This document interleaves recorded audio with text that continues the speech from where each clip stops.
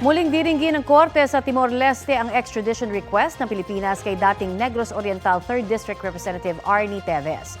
Batay sa palayan ng Timorese News website na hatutan.com sa abogado ni Teves sa Timor-Leste, napawalang bisa raw ang proseso ng paglalatag ng ebidensya. Napag-alamang isang hukom lamang ang nangasiwa sa ilang hearing kahit 3 judge ang nakapirma sa huling desisyon. Dahil dyan, kinatigan ng Timor-Leste Court of Appeals ang apela ni Teves at iniutos na dinggin muli ang kaso. Tiwala naman ng Department of Justice na pareho pa rin ang magiging desisyon ng korte.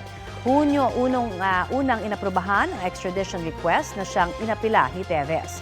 Si Teves ang itinuturong mastermind sa pagpatay kay nooy Negros Oriental Governor Roel Degamo at 9 na iba pa noong March 4, 2023.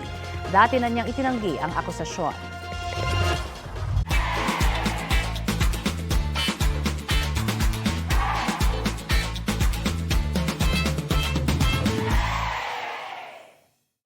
Kapuso, para sa mga maiinit na balita, mag-subscribe sa GMA Integrated News sa YouTube. Sa mga kapuso naman abroad, subaybayan nyo kami sa GMA Pinoy TV at sa www.gmanews.tv.